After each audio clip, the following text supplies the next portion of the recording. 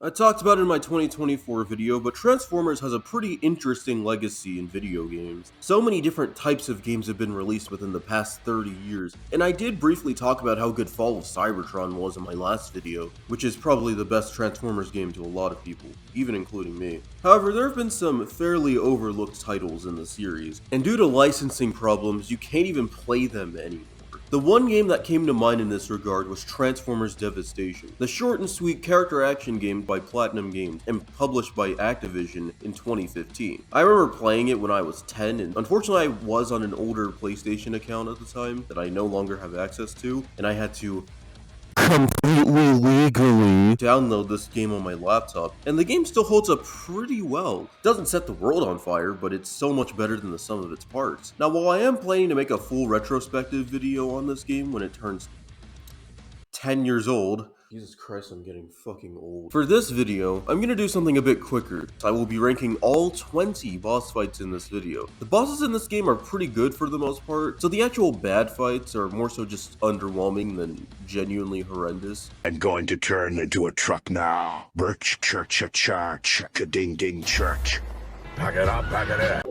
They all hated me. Like I said earlier, boss fights in Devastation are mostly pretty good and just fine at the very worst. The sentry bots aren't necessarily bad, but the few fights you do get with them are honestly just time wasters. The moveset variety is pretty lacking, and it just feels like it was put there for the sake of being put there. I like the first fight where it's just a driving segment because I do think the driving bits in this game are really fun set pieces, but the actual fighting, however, is quite bland and boring. I'm trying my best to make this segment as long as I can, but there's really nothing to talk about. They feel more like irritating normal enemies more than bosses, which makes me question why they even gave them a health bar. The only honest to god good thing about these scuffles is that they at least give them considerably less health than everyone else, and they don't really take that long to beat. They're nothing more than fodder and not much more special than the average Decepticon enemy type. No wonder they call you Thunder Cracker. This is where we move from mediocre fights to just being decent encounters overall. Thundercracker has a cool chase that's really fun to go through because the driving controls in this game are pretty good. I personally never got tired of the vehicle chases in this game because they're really fast paced and fun. The issue I have with him is that once you catch up to him and fight him, the fight becomes pretty lame. One thing to note about bosses in this game is that they get stun locked pretty easily, but they usually counter you after a specific amount of time. Here though, Thundercracker just allows you to absolutely fucking bully him. I guess that's kind of the point of this first encounter, because he's mostly an unwilling pawn in Megatron's plan to use the Ferrotaxis to cyberform the Earth, but it doesn't change how dull this fight is. I guess it's a good thing that this game repeats bosses as much as it does, because it would really suck if this was his only fight. This first squabble we have with them is just a bit underwhelming though. Again, I know it was kind of on purpose, but this encounter could have been just a little bit better. Cool driving section aside, the boss is just a pushover and isn't winning any medals here. Oh yes, that means I'm Employee of the Month. No, you're not, Griffin. I'm giving it to Soundwave. When I initially put my boss tier lists for this game in a Discord server a while back, a few people got heated about Soundwave being lower on the list. I obviously had to tell them that this is the first fight and not the much better second fight that we'll get to later. This fight is pretty similar to Thundercracker in quality without the driving segment. Now, it may seem weird that this fight is higher than the Thundercracker fight for that alone, but I think Soundwave is better for two reasons.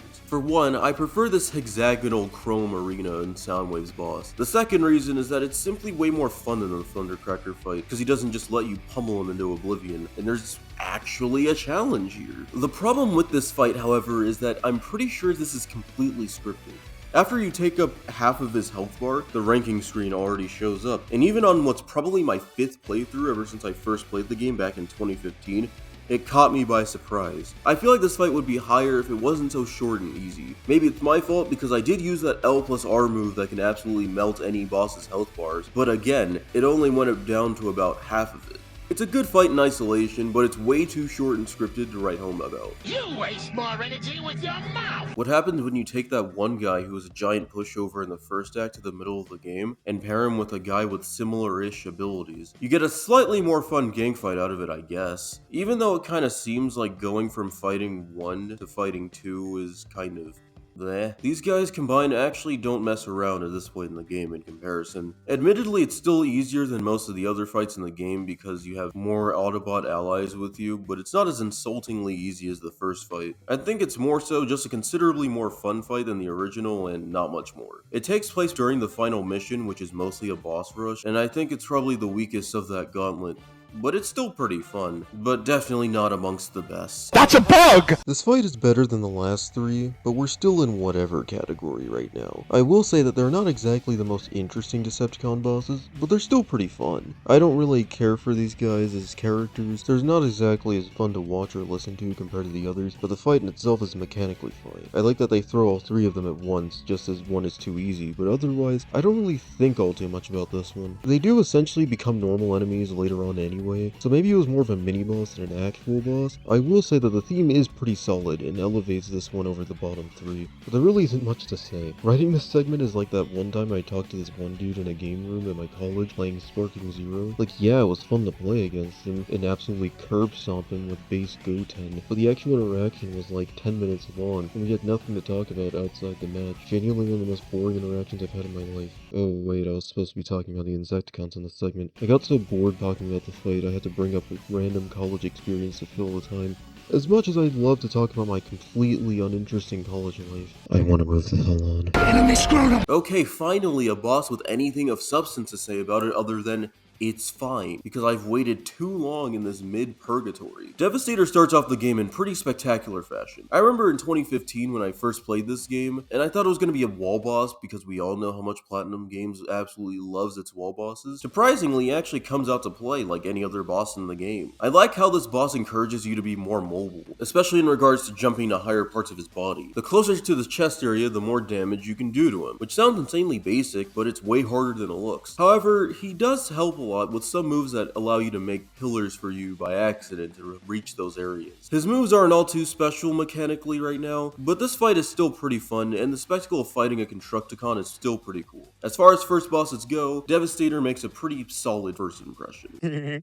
Robots in disguise. This fight is somewhat underwhelming, but that's still on purpose to a degree. This first encounter is still a pretty good extended tutorial for the rush attack. At first I was pretty much banging my head against the wall for 2 minutes because no matter what I tried, nothing worked due to the fact that I wasn't paying attention to the tutorial message and I accidentally clicked off of it before I saw anything of the fight. User error aside, once you figure out how to use rush attacks, the fight is kind of a cakewalk. You basically just jump Megatron here, but it's actually kind of fun unlike Thundercracker because he has more notable resistance towards your attacks versus just standing there and tanking everything. There is a reset after you attack him a certain amount of times and it brings back his shield. Once you figure out the pattern of rush attacking him and then wailing on him then repeating, you're honestly just fine. It's honestly pretty funny that you first play as Bumblebee in this segment and treat Megatron like he's in one of those new Predator Catcher videos. Again, an easy fight, but that should be expected from the first of the 3 Megatron fights in the whole game.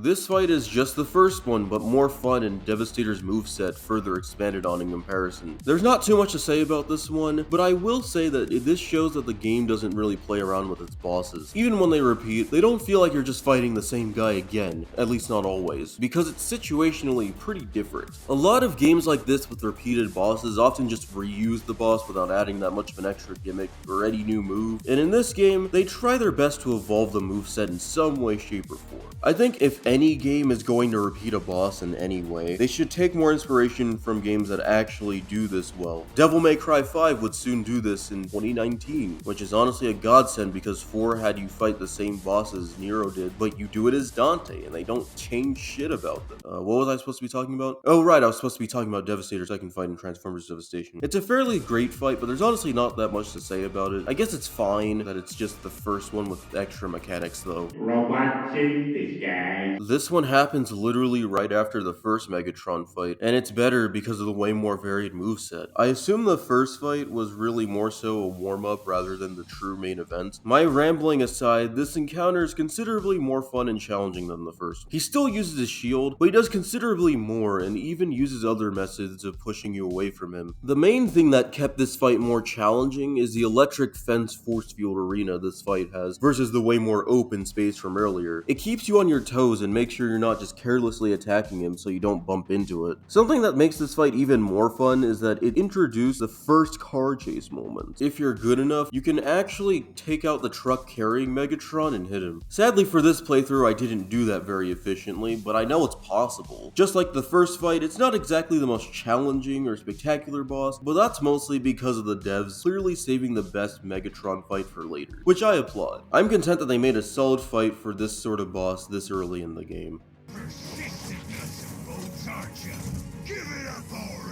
I'll be honest and say that before I played this game in 2015, I actually forgot Motormaster was even a character in the original series. I don't know why, but it could have been because I personally didn't have a toy of him as a kid or something. With that nonsense said and done, I will say that I like this fight, even if the first squabble with Motormaster is a little better. I think it's mostly because this one comes at the boss rush moment of the game, but it sort of just sparks less fanfare for me. It's still a cool fight, but I think that the first fight's arena and context enhanced it a bit more. This one just feels a bit bolted onto the final mission, and again, it's cool, but it could have been better. Therefore, not much to say about this one other than it's still kind of mechanically fine. This is the second and last gang fight on this list in the entire game, and just like the Thundercracker and Skywarp fight, it takes place during the boss rush period of this game. Admittedly, the boss is a bit slapdash as far as design philosophy goes, but that doesn't keep it from being really fun. It doesn't really change the moveset of either, but I think what remedies it is the sheer chaos of fighting them both at the same time. At first, it starts off with just Devastator again, but then Menasor comes in at half of Devastator's health bar. Again, the mechanics aren't different, but it's similar to something like the duo bosses in the 2018 Spider-Man game, where it's not the mechanics that make them fun, but rather the sheer chaos of fighting both villains at the same time. But to be back on track, this is still a good fight, even if it was a case of the devs just reusing two fights at the same time. I don't know how fans will actually feel about this ranking because you can't buy this game anymore, but I hope this placement isn't too controversial. It's actually hilarious how much better this fight is compared to the one later in the game. Anyway, this is another fight with a cool vehicle chase to start off because at this point in the video, we all know how much I like those. Once you get to the main arena after, you get an honest-to-god good boss fight just like all the other Decepticon battles in this game. Something I'll give this game credit for is allowing you to fight all of the Decepticons and not just relegating some of them to only the vehicle chases or just cutscenes. With that aside, Motormaster is pretty well done as far as bosses in this game go. The arena is pretty great in terms of general atmosphere it creates for the fight. I like how this game looks at night anyway, and the rain makes this fight and the upcoming Menasor fight that we'll talk about later so much better. I even think his moveset is pretty decent so far, even if it's clearly toned down from the aforementioned upcoming fight with Menasor. There's not too much to say about this one because it honestly just feels like a precursor to the Menasor fight more than anything else, but it's a cool precursor. You can sadly tell that there's way more to come after this fight though. Even with that, it's still a pretty fair boss, and it felt good to absolutely decimate Motormaster's pride. Females, I thought they were extinct. Ah, the mad scientist trope. A cliche that's pretty commonly used in media for decades, cartoons especially. Shockwave is probably one of my favorite characters with this trope, because instead of being a main villain like most of them, he's relegated to just being a crazed jobber. Despite that though, he still is a threat and not one to take lightly, and is still fairly impressive compared to other Decepticons. Shockwave is a cool boss that's pretty unique and is one of the few that made me think a little bit differently when approaching him. I really like his use of more area of effect moves as opposed to just restricting himself to punches, kicks, and lasers. It's not hilariously difficult or anything, but most of the fights are usually just a case of memorizing attacks, and you don't really pay attention to much besides the enemy in front of you. I remember not liking this fight as a kid because I was constantly overwhelmed by that one cloning move. I guess as an adult I appreciate this move for keeping me focused on which was the real Shockwave. It's the one with the gun, you know, for those who don't know. While I usually rag on games for having extra enemies or clone gank in the middle of the boss, the enemies are fairly manageable and have low enough health for me to not care. The second reason is that they can also give you extra resources like health and extra energon for your ranged weapons, which is incredibly helpful. It's a more graceful integration of multiple enemies. Overall, I think this fight is a great mix of chaos and fairness, and for that, it deserves this spot on the list. My wife Denise, we met in a Christian chat room. Now this is how you do a proper Soundwave fight without making it underwhelming by cutting it insanely short. This feels like the first one if it was way more fleshed out in comparison. Not only does it keep the cool mechanics from the first fight and add new moves, but this is probably one of the more unique fights in this game, just like Shockwave. While you're dodging attacks from Soundwave, Ravage, and Laserbeak, you also need to watch out for the collapsing hexagonal floor. While I admit that it was hard to dodge at first, I did like how this kept me engaged in the fight. It didn't really feel annoying or cheap because it actually gives you a lot of time to react to this attack. I just personally sucked at reacting to it. Can we also mention how he has probably the best theme in the game, save for Megatron? The soundtrack in this game overall is amazing, but some of these themes hit incredibly hard for no reason. If I can applaud the game's soundtrack for one thing, it's the return to the rock-focused music and less of the orchestral cinematic pieces from the movies, Prime, and the Cybertron games. Those were still great, but it's not really stuff you could listen to outside of the game. Although Fall of Cybertron did have that one track during that flying mission.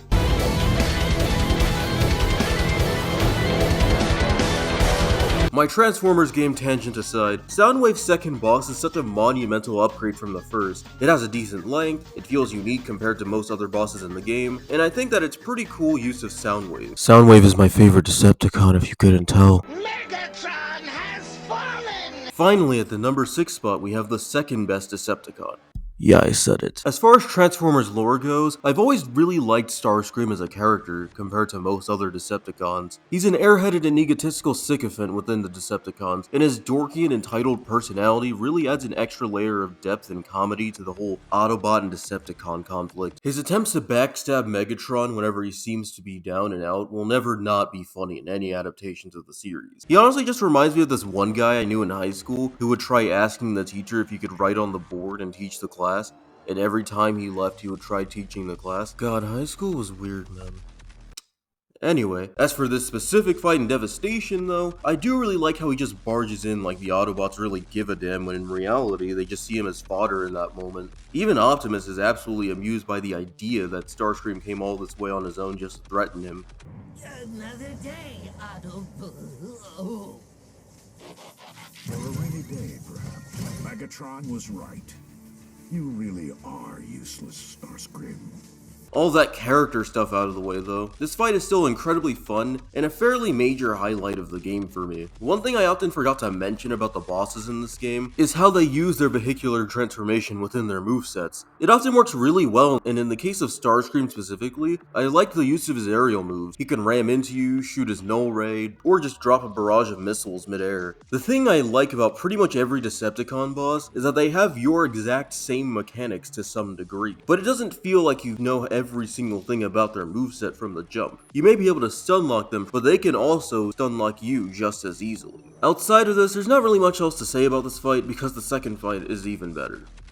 Hey guys, how's it going everybody? My name is What's Wrong, ladies and gents. Like I said earlier, I don't know how controversial this boss ranking will be when I finally upload it, but I can confidently say mechanically it's pretty similar, but I think there are some elements that make this fight just slightly weaker than the first one. There are two specific things that hold the fight back from being an improvement over the first. One thing I don't like about this fight in comparison to fight number 1 is the arena, at least visually speaking. Yeah, I do like the look of the room, but it worked better in the Shockwave fight for me because the area complemented his character for me. It's hard to explain though. Another thing I don't care for in this fight is this very slapdash enemy padding. I'll give this boss that unlike other games, the enemies don't constantly respawn or anything, and you can take them out immediately, and they'll never show up again. Like other fights that do this sort of thing, I do like that they can give you healing and energon, but they're way more obvious padding that sort of detract from the fight. I know I'm bitching a lot, but I really do like this fight quite a bit. I mean, it's better than the first Starscream one, but it's really just the first fight with barely any extra steps. It's like when you fight a really good boss in a challenge map, where it's good, but it also somewhat lacked what made the first fight memorable. I do really like his moveset that goes from jet to tank, even if I do find some of the moves to be a bit annoying for stunning you and making you do that stupid stick roll thing that Platinum Games is obsessed with. The fight in itself is still pretty great though, with not too much else to say about it. It's flashy and fun, but a very diet version of what came before. Fun, but there's better stuff out there. Hey guys, how's it going everybody? My name is What's Wrong, ladies and gents. Welcome back. This fight is awesome, because it pretty much is all of the good stuff I said about his second fight, but with a bit more sauce. boss, if you will. As fun as I think the second fight is, this one feels like it just has way more significance and build-up than the second encounter where Blitzwing just sort of stands there to just block your progress. The way it starts off is so great. After absolutely dog-walking Starscream earlier in the street, you make it to a bridge and a chase ensues. This vehicle chase, though, is very much different because of the perspective change from behind the back to a more top-down view. This is probably my favorite of the chases because it's less of a try your best to catch up with him game like the last few chases, and more of a shoot 'em up with optional melee, to which I would say melee isn't really advised unless you really want to get your ass kicked like I did, but it's rewarding to attempt it anyway. The best part about this fight is that after the bridge chase, you then land on an island to stand one-on-one with whatever Autobot you choose to fight him. The way this boss drip feeds his moves throughout is also pretty fun, as it starts out with the standard melee fight, but then he starts using his transformation abilities more and more throughout the battle. He can bash into you and burn you with his tank, use it for slams, fire his cannon from the tank, use his jet mode to ram into you and fire missiles like Starscream did. The fight was just so much fun, and while the second fight has all of these moves, the specific context and chase make this one the superior fight in my opinion. How do you feel, mighty Megatron? This fight may not seem all that different from the first fight at first, which is kind of true. Starscream's moves remain mostly fairly unchanged as far as I can tell from replaying these fights and rewatching my footage. However, I think that this fight is way cooler than the first for a few reasons. The arena and just how in character this fight is from a narrative perspective. The space bridge is one of the coolest arenas, and it makes you feel like you're constantly falling down. I even like the small details of stuff like random debris traveling with the Autobots and Starscream as you're fighting. It doesn't really do all that much mechanically, but it does add to that spectacle factor. I also love the build-up for this specific fight being that after being defeated by the Autobots in an effort to prove his worth of leadership, Starscream just rebelliously goes to the space bridge when Megatron tells him not to. Once he's there, he's still being the clearly egotistical asshole he always is, and is trying to fight when in reality he's clearly in over his head and completely unmatched, just like the first fight. You can say anything you want about this game's story being shallow, but good god, these characters are all still intact. All of that character jargon out of the way, it's pretty similar to the first fight, but the added sprinkles are what make this one the superior scuffle. Yeah, not really in the market for a sword. I thought you were selling knockoff handbags. Debating as to which fight was the best between this and the actual #1 spot was pretty hard, but I think you'll see why I like that one even more when I get to it. Even with that aside, any boss being in the top spot in this game is still an achievement to not take lightly. This fight is like the Devastator fight if he had a bit more moveset variety and spectacle. His first phase consists of pretty heavy sword swings that are very fun to dodge. One thing I'll say about him compared to Devastator is that his hits are far more accurate and he feels less like a damaged spongy pinata. Devastator wasn't bad or anything, in fact I really like him, but he really wasn't the most challenging boss, and I appreciate that you don't have to fight Menasor as many times in comparison. He's pretty similar to Motormaster with his supercharged lightning sword moves, which ramp up in intensity in the second phase. His transformation abilities actually play into the fight unlike Devastator, who doesn't really have any real transformation focused moves as far as I could tell. Sure, it was hard for me to perfectly dodge at first, but it kept me on my toes. His second phase is honestly where the real fight begins in my opinion. He has this move to create a tornado that can trip you up. Your job is to make sure you can dodge his single giant high damaging sword swings, which sounds easy, but it's way harder to perfectly time than you would think. And dodging his attacks actually make you feel like an unstoppable god when you do it. So much about this fight just clicks with me. The difficulty, the spectacle, the arena, it just has so much of the bombastic craziness and mayhem you would expect out of the best bosses in a Platinum game. His theme is also one of my favorites within the game, just below Starscream and Soundwave. However, there's one fight I simply think is just a little bit better. We should have been allies, you know. Imagine what we could have accomplished. But you never had the manifolds to do what needed to be done. I have the manifolds to stand up for those who cannot stand for themselves. Cybertron is the center of my universe. How is it not the heart of yours? Cybertron is about all light. Behold, Optimus, a new Cybertron is being born. No, you are only destroying the Earth, not creating. You don't really believe that, do you? It is the only thing I'm sure I believe. You must be stopped. It's over, Megatron. We're finally at the #1 spot with a pick that probably would be insanely obvious.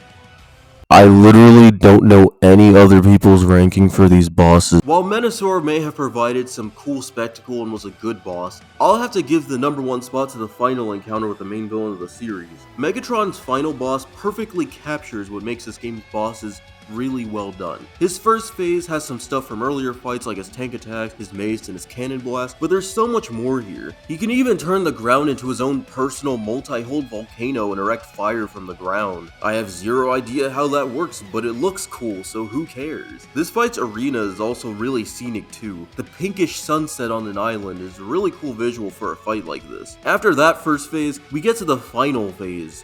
And while Megatron has less health in this part of the fight when I played on normal difficulty, this is my favorite part of the entire battle. He has the same moves as before, plus his random black hole ability, but the gameplay isn't my favorite part, hilariously enough. The best part of this phase is the dialogue, which is ironic because this game isn't that narrative heavy. My favorite part about this dialogue in the final phase is that it perfectly summarizes the conflict between Optimus and Megatron. The million-year war between the Autobots and Decepticons in the original G1 cartoon was often portrayed as kids playing in a sandpit in that first season, but over time, writers in different adaptations have made sure to give the struggle between the factions more depth and nuance. The concepts may be simple, but the dichotomy between Optimus and Megatron has always been so engrossing. Their beliefs as to what Cybertron has always been about was always so engaging, because they're pretty much two sides of the same coin. Optimus believes that Cybertron stood for freedom and autonomy for all life, not just Cybertronians. He concludes that because of this, any being or any species should be able to exercise their own free will in the correct way and decide their own fate. Megatron, on the other hand, believes that only the stronger race can rule over others and decide for them what their destinies are. He doesn't believe in the freedom of all beings to be true, because he feels only the powerful and inorganic should rule over others and command respect with an iron fist.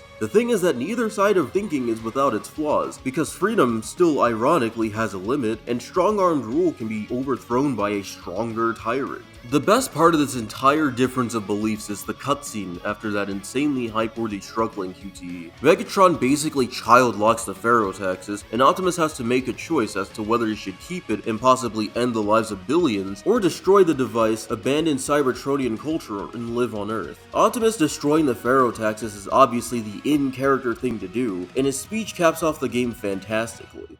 What I'm saying is that this game in particular, through this one single exchange of back and forth dialogue, flawlessly distills why we care about these stories. Even if this game's story wasn't the best Transformers story ever, even in terms of the video games, this encounter sums up every reason I could have possibly liked this series since I was 5 years old. From mechanics to the lore, this fight greatly concludes the game and is the best fight of the whole list, and probably my favorite Megatron boss of the entire franchise. And that's every boss in Transformers Devastation ranked. While I wouldn't call Devastation my favorite Platinum game, or even my favorite Transformers game, it's up there on both of those lists. It was really fun to replay the game almost 10 years after I initially got the game back in 4th grade. The bosses were especially really fun, and even if some weren't the best, they're still pretty good. I plan on making a full retrospective later this year for the 10th anniversary, or at least very close to that date, so stay tuned for that. That aside, I have bigger projects to work on and more to look forward to. I'm going to bed now.